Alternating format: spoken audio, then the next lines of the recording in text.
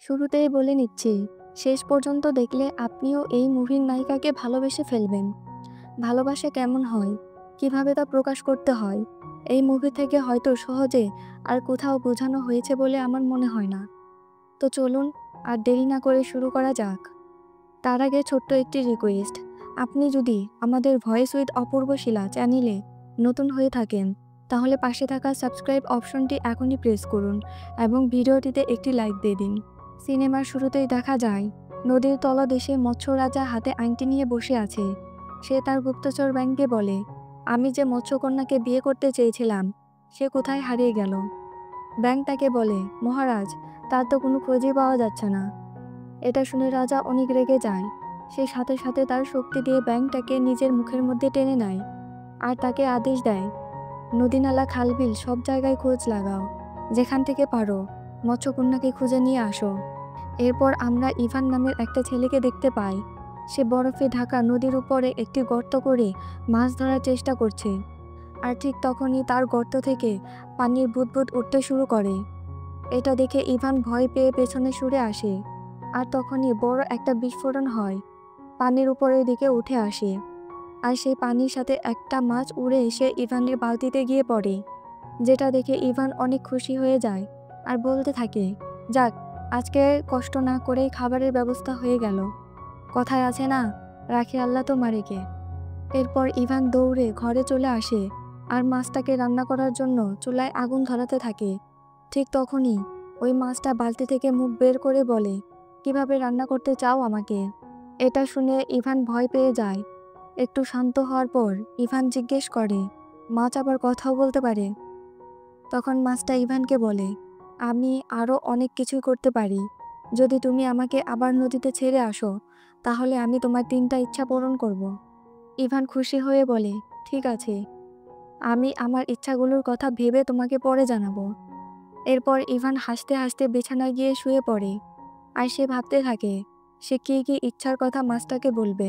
হঠাৎ নিজের মনের ভেতরে চিন্তা করে সে বলে ওঠে, আমার তো মাঝে মাঝে এমনও ইচ্ছা হয় যে বিছানা থেকে না উঠেই সারা দুনিয়া ঘুরে বেড়াবো। আর ঠিক তখনই ঘটে অদ্ভুত এক ঘটনা। হঠাৎ করেই ইভানের ঘরটা হাওয়ায় ভাসতে শুরু করে। ইভান দৌড়ে গিয়ে মাছের কাছে জানতে চায় এটা কি হচ্ছে। মাছটা ইভানকে বলে, তুমি তো এই ইচ্ছের কথাই বললে, তাই তোমার প্রথম ইচ্ছা পূরণ হচ্ছে। ইভান বলল, আমি তো এমনিই বলছিলাম। তারপর ইভান দৌড়ে গিয়ে আবার তার বিছানায় গিয়ে বসে পড়ে। আর দেখতে দেখতে বিছানাটা ঘরের বাইরে বের হয়ে আসে, পুরো গাড়ির মতো চলতে শুরু করে। ইভানের বিছানা। ইভান নিজের চোখকে বিশ্বাস করতে পারছিল না। কিন্তু তখন শীতকাল, সে বরফে জমে যাচ্ছিল। তখন তার মুখ থেকে আবার বের হয়ে আসে, ইস, যদি গরমকাল হতো, চারদিকে সবুজ গাছপালা দেখা যেত, কত সুন্দর লাগতো সবকিছু। আর মুখ থেকে বের হওয়ার সাথে সাথেই চারদিক থেকে বরফ কমতে শুরু করে আর সবুজ গাছপালা আর ঘাসে ভরে যায়। ইভান আসলে তখন একটা নদীর উপরে বসেছিল, তাই সে বুঝে ওঠার আগে নদীর বরফ পানিতে পরিণত হয় আর সে পানিতে পড়ে যায়। তখন মাছটি তাকে বলে, তোমার দ্বিতীয় ইচ্ছাও পূরণ করা হলো, আর একটা ইচ্ছা বাকি আছে। ইভান মাছটাকে বালতিতে নিয়ে বাড়ির দিকে রওনা হয় আর বলতে থাকে, আমি কতই না বোকা, চাইলে তো অনেক বড় কিছুই পেতে পারতাম। তখন মাছটা ইভানকে বলে, প্রত্যেকেই তার বুদ্ধি অনুযায়ী উইশ করে। তখন ইভান নিজে নিজে বলতে থাকে, হ্যাঁ, এই জন্যই হয়তো সবাই আমাকে বোকা বলে। আর তখনই ইভানের রাস্তা আটকে দেয় কিছু ডাকাত। তারা ইভানের কাছে যা আছে সব কিছু দিয়ে দিতে বলে, কিন্তু ইভানের কাছে তো কোনো টাকা পয়সা ছিল না। তাই ডাকাতের সর্দার তার কাছ থেকে মাছটাকে রেখে দেওয়ার চিন্তা করে। কিন্তু ইভান সুযোগ বুঝেই মাছটা তাদের কাছ থেকে ছিনিয়ে নিয়ে দৌড় দেয় আর নদীর পাড়ে এসে মাছটাকে আবার পানিতে ফেলে দেয়। এটা দেখে ডাকাতরা অনেক রেগে যায়। তাই ইভানকে উল্টো করে গাছের সাথে ঝুলিয়ে রেখে সেখান থেকে চলে যায়। কিছুক্ষণ পরে সেখানে একটা সুন্দরী মেয়ে আসে আর ইভানের দড়ি খুলে তাকে নিচে নামিয়ে আনে। ইভান মেয়েটার ঘাড়ে থাকা চকচকে মাছের চাদর দেখে বুঝতে পারে আসলে এটা সেই জাদুর মাছ। ইভান মেয়েটার কাছে তার নাম জানতে চায়। মেয়েটা বলে, আমার নাম ইয়ানা। ইভান ইয়ানার সেই মাছের চাদরটা নিয়ে নেয় যাতে সে পালিয়ে যেতে না পারে। ইভান তখন ইয়ানাকে বলে, এখনো আমার একটা ইচ্ছা বাকি আছে, যা আমি সময় মতো চেয়ে নেব। ইয়ানা বলে, তাহলে এখন কি করতে চাও? ইভান উত্তরে বলে, আমি রুশের রাজা জারের মেয়েকে বিয়ে করতে চাই। ইয়ানা প্রশ্ন করে, তাহলে এটাই কি তোমার তৃতীয় ইচ্ছা? ইভান উত্তরে বলে, না, এর জন্য আমি নিজেই চেষ্টা করব, তুমি শুধু আমাকে সাহায্য করবে। ইয়ানা তখন ইভানের প্রস্তাবে রাজি হয়ে যায়। অন্যদিকে তখন এক ইংরেজ রাজদূত রাজা জারের মেয়ে ন্যান্সিকে বিয়ে করার মতলব নিয়ে তার মহলে প্রবেশ করে, কিন্তু রাজা ইংরেজদের একদমই পছন্দ করত না। তাই সে বলে, ইংরেজরা শুধু লুটপাট করতেই আসে। তখন ইংরেজ রাজদূত রাজাকে বলে, না মহারাজ, আপনার ধারণা একদম ভুল। আমি তো আপনার জন্য এমন একটা যন্ত্র নিয়ে এসেছি যেটাতে আপনি কোনো মানুষ ছাড়াই মিউজিক শুনতে পারবেন। মূলত এই রাজদূতের উদ্দেশ্য ছিল রাজাকে পটিয়ে রাজকন্যাকে বিয়ে করা। তারপর সেই ওই যন্ত্র দিয়ে রাজাকে মিউজিক শোনানোর জন্য তার কাছে নিয়ে আসে, কিন্তু আসলে এই যন্ত্রের ভিতরে একটা মানুষ বসেছিল যে কিনা সিগন্যাল পেলেই ভেতর থেকে মিউজিক বাজানো শুরু করত। আর এই বিষয়গুলো দূর থেকে তখন দেখছিল ইভান আর ইয়ানা। ইভান ঠিক তখনই দৌড়ে রাজার কাছে চলে আসে আর বলে, মহারাজ, আমি আপনাকে এর থেকেও ভালো একটা যন্ত্র এনে দিতে পারবো, যেটা দিয়ে আপনি যে কোনো সময় নিজের পছন্দ মতো মিউজিক শুনতে পারবেন।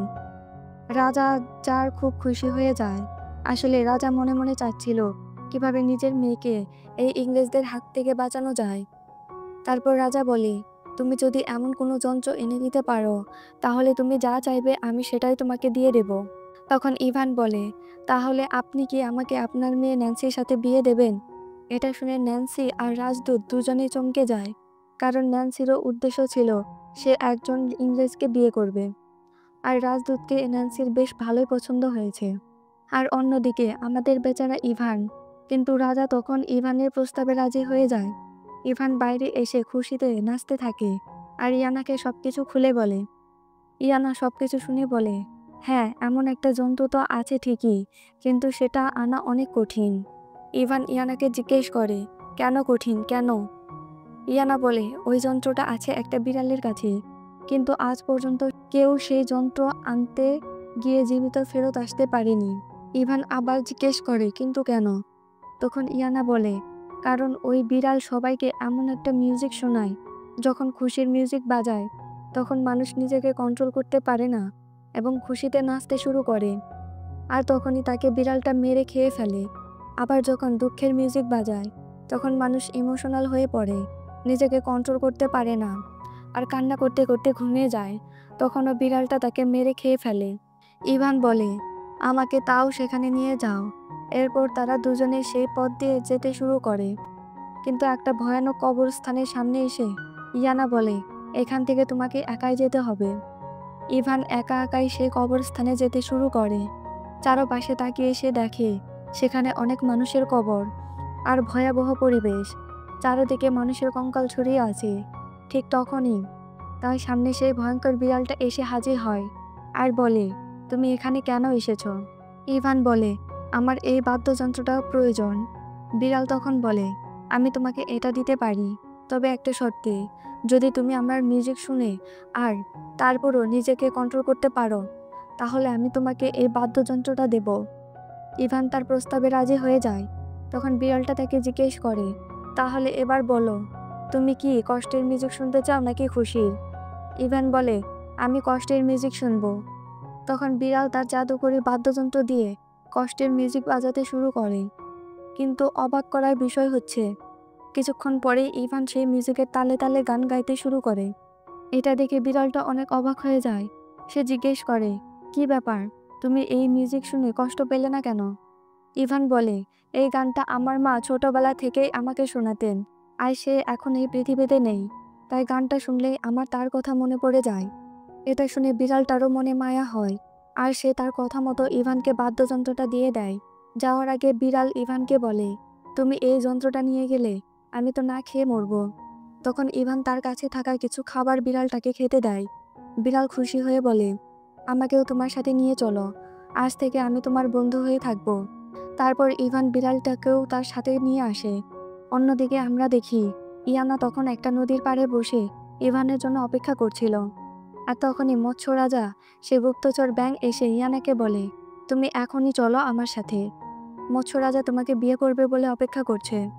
ইয়ানা রেগে গিয়ে ব্যাঙটাকে বলে, আমি মৎস্য রাজাকে বিয়ে করব না, তাকে আমার ভালো লাগে না। এমন সময় পেছন থেকে ইভান চলে আসে আর তাদের সব কথা শুনে ফেলে।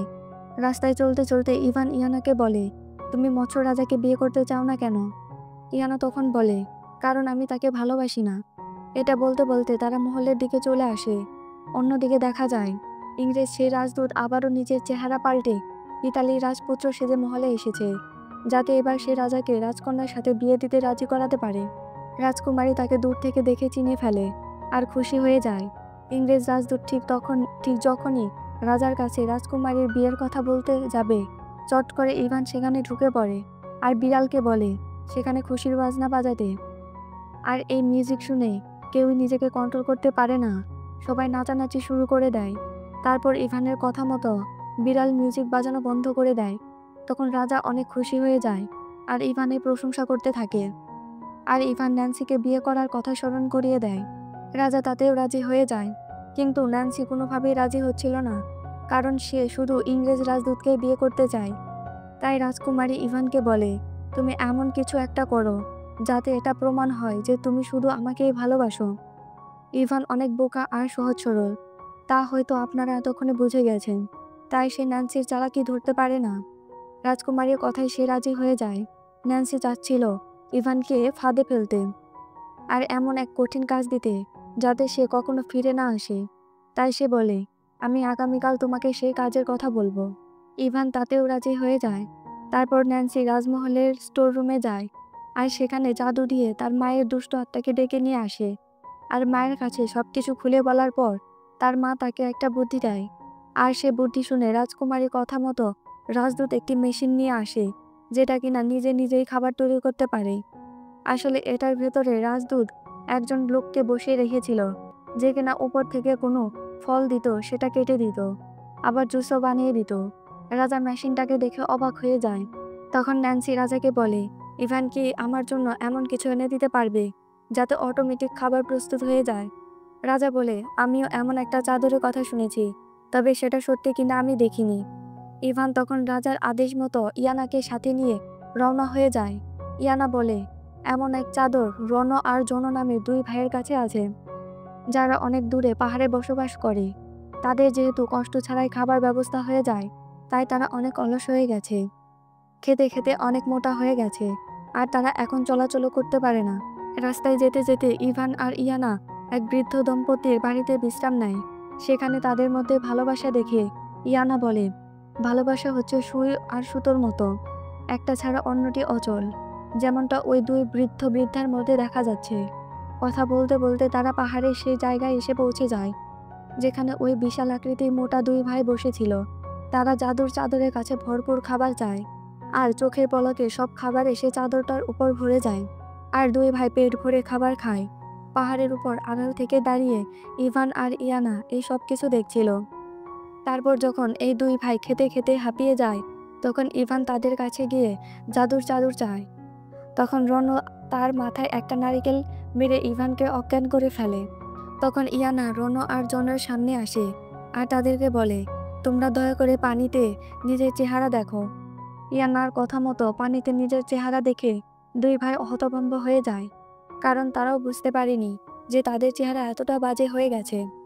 তখন তারা ইয়ানার কাছে জানতে চায় কিভাবে তারা আগের মতো হয়ে যেতে পারবে। তখন ইয়ানা তাদেরকে বলে, আগেই তোমাদেরকে এই জাদুর খাবারের চাদর থেকে মুক্তি পেতে হবে, আর তারপরে সাধারণ মানুষের মতো কাজ করে খাবার জোগাড় করতে হবে। তখন রণ আর জন দুজনেই বলে, তাহলে তুমি এই চাদরটা নিয়ে যাও। তখন ইয়ানা সেই চাদরটাকে নিয়ে ইভানকে টানতে টানতে সেখান থেকে সরিয়ে নিয়ে আসে। ইভানের জ্ঞান ফিরলেই ইয়ানা আর ইভান একটা ফুলের বাগানের মধ্যে দিয়ে হাঁটতে থাকে। ইভান সেখান থেকে রাজকুমারীকেও দেওয়ার জন্য কিছু ফুল সংগ্রহ করতে থাকে। ইয়ানা তখন ইভানকে বলে, তুমি কি আসলেই বুঝতে পারছো না? রাজকুমারী তোমাকে ভালোবাসে না, সে তোমাকে বিয়ে করতে চায় না, আর সেজন্যই সে তোমাকে এত কঠিন কাজ দিচ্ছে, যাতে তুমি আর কখনো ফিরে না আসো। ইভান সেই কথাগুলো কানেই নেয় না, বরং ইভান তার হাত ধরে ফুল নিয়ে বলে, আমি এভাবেই রাজকুমারীকে ফুলগুলো দিয়ে প্রপোজ করব। ইয়ানা তখন ইভানের চোখে সরলতা দেখে প্রেমে পড়ে যায়। তারপর ইভান যখন শহরে ফিরে আসে আর পুরো রাজ্যের লোক তাকে মাথায় তুলে নাচতে শুরু করে। এটা দেখে রাজা ন্যান্সিকে বলে, দেখো ইভান এখন পুরো শহরের হিরো। এটা দেখে রাজকুমারী ভীষণ ক্ষেপে যায় এবং আবারও স্টোর রুমে গিয়ে তার মায়ের সে দুষ্ট আত্মাকে ডেকে বলে, তুমি যে বুদ্ধি দিয়েছিলে তাতে তো কোনো কাজই হলো না। এবার বলো আমি কি করব। এবার তার মা তাকে আরো কঠিন একটা কাজ দেয়। ন্যান্সির পরের দিন রাজদরবারে সবার সামনে বলে, আমি ইভানকে বিয়ে করতে রাজি আছি, কিন্তু তার জন্য ইভানকে আমার মায়ের কাছ থেকে আশীর্বাদ নিয়ে আসতে হবে। আসলে ন্যান্সির মা অনেক আগেই মারা গেছে, আর সে এখন মৃত্যুর পর অন্ধকার জগতে থাকে।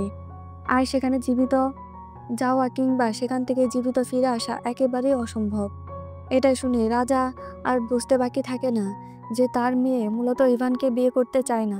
এই কথা শোনার পর সবাই অনেকটা গম্ভীর হয়ে যায়, আর তখনই সবাইকে চমকে দিয়ে ইভান বলে ওঠে, আমি এই শর্তেও রাজি আছি। আর এবার ইভান ইয়ানার কাছে এসে জায়গা সম্পর্কে জানতে চায়। ইয়ানা তাকে বলে, অন্ধকার জগতে যাওয়া আর মৃত্যুবরণ করা একই কথা, সেখান থেকে ফিরে আসা প্রায় অসম্ভব। এটা শুনে ইয়ানা সিদ্ধান্ত নেয় সেখানে যাওয়ার আগে সে তার অন্ধ বাবার সাথে শেষবারের মতো দেখা করে আসবে। কিন্তু ইভান প্রথমেই তার বাবার কাছে নিচে না গিয়ে ইয়ানাকে পাঠায়। ইভানের বাবা ইয়ানার কাছে ছেলের ব্যাপারে জানতে পেরে বলে, আমি অনেকদিন হলো নিজের ছেলের আওয়াজ শুনিনি, আর আমি অন্ধ বলে তাকে খুঁজতেও যেতে পারিনি। একা একা এখানে লোহার কাজ করি, ছেলেটাকে ভালো কিছু দিতে পারিনি, তাই হয়তো অভিমান করে চলে গেছে। এটা শুনে ইভান দূর থেকে নিজেকে আর ধরে রাখতে পারে না। তখন ইভান বুঝতে পারে তার বাবাকে একা ফেলে এভাবে চলে যাওয়া মোটেও উচিত হয়নি।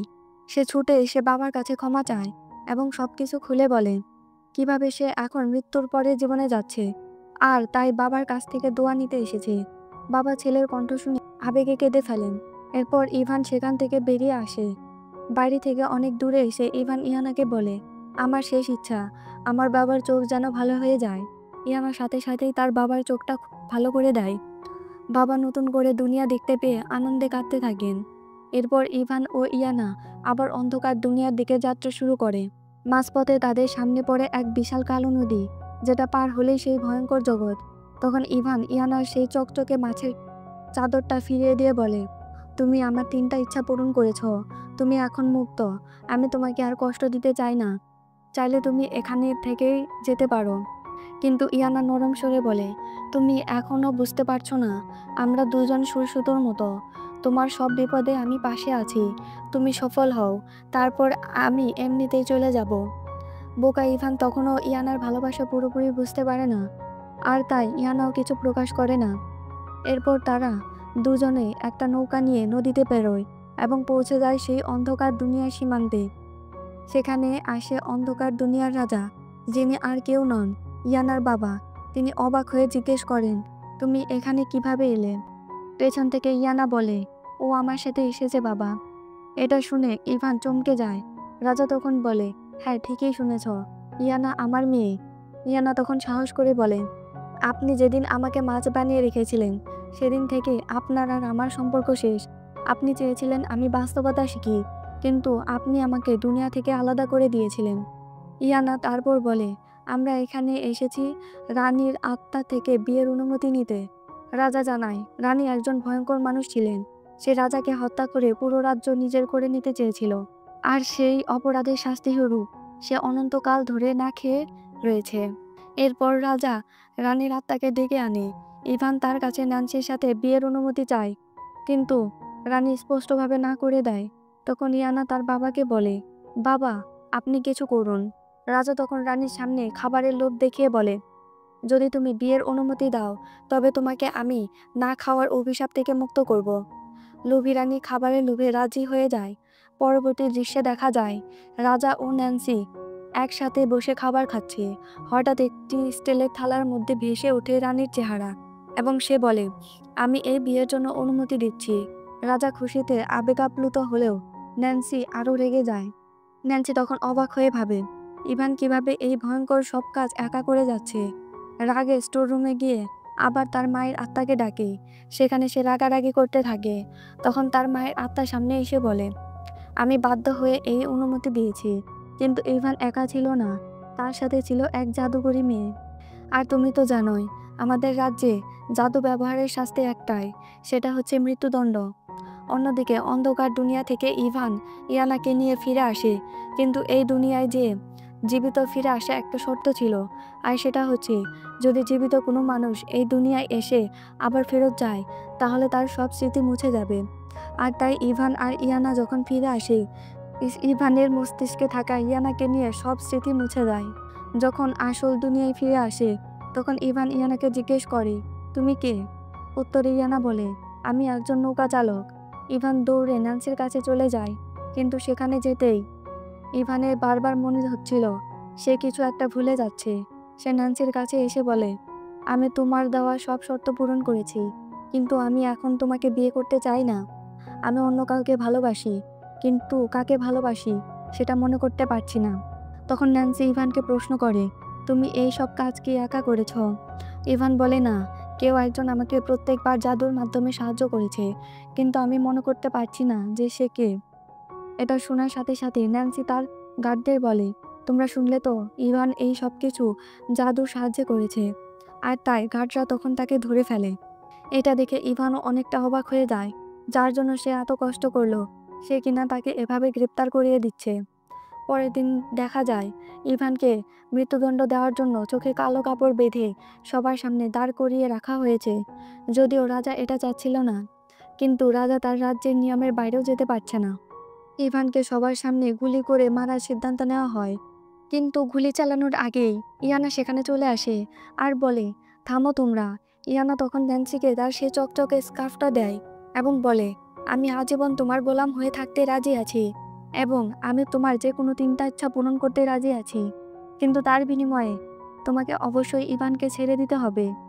এটা শুনে ন্যান্সি তখন খুশি হয়ে যায় আর ইভানের মৃত্যুদণ্ড স্থগিত করে দেয়।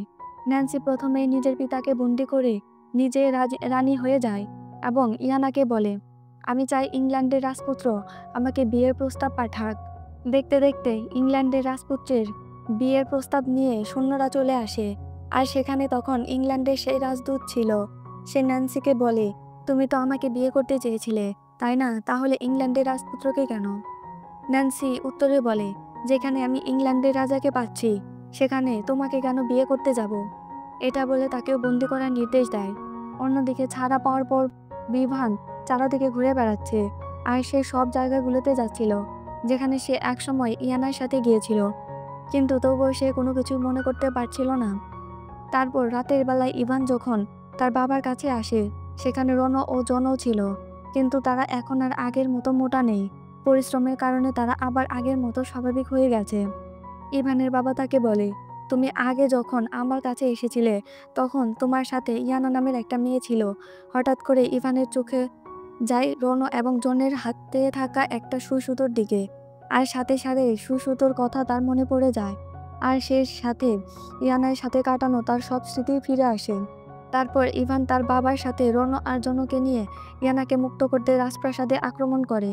মনে আছে ইভানের সেই খাটের কথা? হ্যাঁ, সেটা দিয়েই সে রাজপ্রাসাদের গেট ভেঙে দেয়। আর সেখানে এসে ইভান ইয়ানাকে বলে, আমি তোমার ভালোবাসা আগেই বুঝতে পারিনি, এখন বুঝেছি। আমি তোমাকে নিয়ে যেতে এসেছি। তখন সেখানে ন্যান্সি চলে আসে আর সে বলে, ইয়ানা এখন আমার গোলাম, তুমি তাকে কোথাও নিয়ে যেতে পারবে না।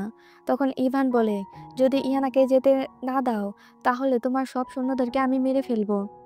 পরিস্থিতি খারাপ দেখে লুবিনেশি ইয়ানাকে বলে, তাহলে তুমি আমার শেষ ইচ্ছাটা পূরণ করে দাও, আমাকেও তোমার মতো জাদুর মাছ বানিয়ে দাও, যাতে আমারও অনেক ক্ষমতা থাকে আর আমি আমার নিজের ইচ্ছেগুলো নিজেই পূরণ করতে পারি। আর ইচ্ছা প্রকাশ করার সাথে সাথে ইয়ানা ন্যান্সিকে জাদুর মাছ বানিয়ে দেয়। তারপর আবার যখন সে মানুষ হতে যায় তখন আর মানুষ হতে পারছিল না। তখন ইয়ানা বলে, জাদুর মাছ শুধুমাত্র মানুষের ইচ্ছাই পূরণ করতে পারে, সে নিজের জন্য কিছুই করতে পারে না। আর তাই তুমি তখনই মানুষ হতে পারবে যখন কেউ তোমার জন্য সেটা চাইবে। আর তখনই সেখানে কুয়া থেকে মৎস্য রাজা বেরিয়ে আসে আর ন্যান্সিকে ইয়ানা ভেবে তার সাথে করে নিয়ে চলে যায়। ন্যান্সির হাত থেকে মুক্তি পেয়ে সবাই অনেক খুশি হয় আর তারা এবার রাজাকে মুক্ত করে।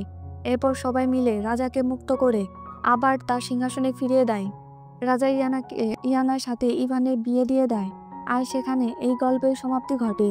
তবে গল্পটা শেষ হয়ে গেলেও থেকে যায় অনুভূতি। এই গল্পের ইভানের মতো আমাদের অনেকের সামনে জীবনে যখন সত্যিকারের ভালোবাসা নিয়ে এসে দাঁড়ায়, আমরা সেটা চিনতে না পেরে মরীচিকার পেছনে ছুটে চলি। আর যখন অন্য দুনিয়ায় যাওয়ার সময় ঘনিয়ে আসে, তখন জীবন নিয়ে আফসোস করি। ইভানের মতো বোকা ছেলেটাও যদি সত্যিকারের ভালোবাসা চিনতে পারে, তাহলে আশা করি আপনিও পারবেন। আজকের মতো বিদায় নিচ্ছি। দেখা হবে নতুন কোনো গল্পে। আর হ্যাঁ, কেমন লাগলো গল্পটা অবশ্যই কমেন্ট করে জানাবেন।